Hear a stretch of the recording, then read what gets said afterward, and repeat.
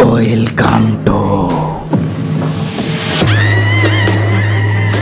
রাতের ভূত। আজকের 44 নম্বর এপিসোডে সবাইকে আন্তরিক ভালোবাসা অভিনন্দন। আমি রনি, আর আজকের গল্পটা একটু ছোট্ট গল্প, কিন্তু ভালো গল্প। আপনাদের শুনলেই ভালো লাগবে। তাহলে চলুন মেন ঘটনায় আসি। আমার নাম সৌমেন চক্রবর্তী, বয়স এখন 43 হবে। পেশায় আমি একজন বাস ড্রাইভার। কিন্তু আজ যে গল্পটা বলবো সেটা আজ রাতের ঘুম কেড়ে নেয়। ঘটনার সময় আমি সাঁতরাগাছির ডিপোতে চাকরি করতাম এবং প্রায় রাতের শেষ বাস চালাতাম হাড়োয়া থেকে দীঘা। সেই রাতটার কথা আমি কখনোই ভুলতে পারি না। সেই দিন ছিল 2011 সালের নভেম্বর মাসের একটা শুক্রবার। সন্ধ্যাবেলা ডিপোতে পৌঁছানোর পরই একটু অস্বাভাবিক লাগলো। গ্যারেজের সামনে দাঁড়িয়েছিল পরিমল কাকা, আমাদের পুরনো দারোয়ান। আমাকে দেখেই কাকা বলল, আজ ওই 774 নম্বর বাসটা তুই চালাবি? আমি বললাম, হ্যাঁ কাকু। কেন? সে একবার এদিক ওদিক তাকিয়ে গভীর গলায় বলল, ওই বাসটা ভালো নয় রে।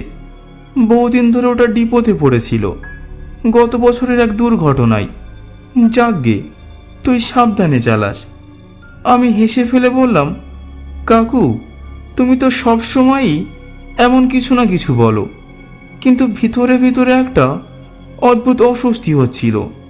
কারণ আমি জানতাম বাসটা সত্যি দীর্ঘদিন ধরেই ডিপোর এক পাশে পড়েছিল। যান্ত্রিক সমস্যা না থাকলেও কেউ যেন ইচ্ছা করে চালাতে চাইতো না। ঘড়িতে তখন রাত্রিক 9:40। ইঞ্জিন অন করলাম। অদ্ভুতভাবে স্টার্ট নিতে একটু সমস্যা করলো।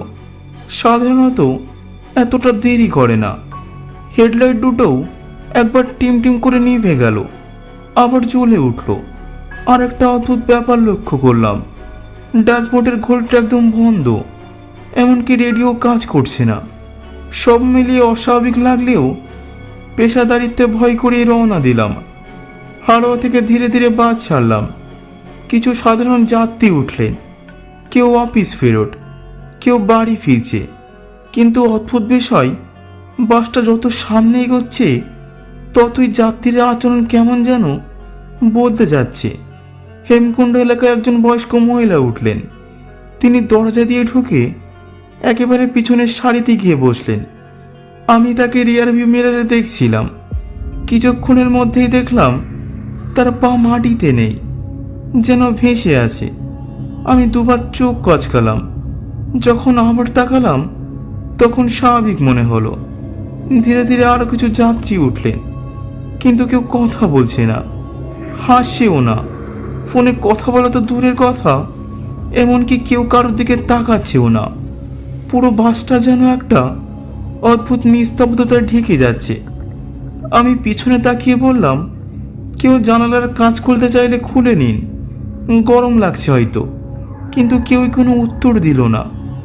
একটা সময় মনে হলো বাসে আমি একাই আছি, শুধু অদৃশ্য ছায়াদের নিয়ে চলেছি এক অজানা পথে। ঘড়িতে তখন রাতে 11টা। আমি ঝাড়গ্রামের দিকে এগোচ্ছি। বাইরের রাস্তা প্রায় ফাঁকা, আশেপাশে আলো নেই, শুধু বনের অন্ধকার। এমন সময় হঠাৎ আমার গাড়ির হেডলাইট নিভে গেল। আমি ব্রেক কষে বাসটা থামালাম, ইঞ্জিন অফ করলাম, আবার অন করলাম। হেডলাইটটা জ্বলে উঠল, কিন্তু সেই মুহূর্তে আমি কিছু একটা সামনে দেখতে পেলাম। রাস্তার মাঝখানে একটা সাদা শাড়ি পরা মূর্তি দাঁড়িয়ে। চোখ নেই, মুখ নেই, শুধু কুয়াশার মতো ধোঁয়াটে চেহারা। আমি ব্রেক চাপতেই সে অদৃশ্য হয়ে গেল। আমি থমকে গেলাম। কাঁচা রাস্তার ধুলো উড়ে এসে বাসের কাঁচে লেগে আছে, আর ভিতরে বসে থাকা যাত্রীরা একদম নিষ্পন্দ, যেন পাথরের মূর্তি। রিয়ার ভিউ মিররে তাকিয়ে দেখি পিছনের সিট থেকে গিয়ে একজন ধীরে ধীরে আমার দিকে এগিয়ে আসছে। আমি চেয়ার থেকে উঠে পিছনে তাকাতেই অবাক হয়ে যাই। কেউ নেই, তখনই মাথার পিছনে একটা ঠান্ডা শ্বাসের শব্দ। আমি তাড়াতাড়ি সামনে ঘুরে দেখি কেউ নেই। ঘড়িতে তখন 11:40। আমি আবার স্টার্ট দিলাম, কিন্তু এবার চালানোর সময় মনে হচ্ছিল বাসটা আমি চালাচ্ছি না, বাসটা নিজে নিজেই চলছে। আমার হাত হালকা হয়ে যাচ্ছে, স্টারিং যেন নিজের মতো ঘুরে যাচ্ছে। আমি ঠান্ডা হয়ে যাচ্ছিলাম।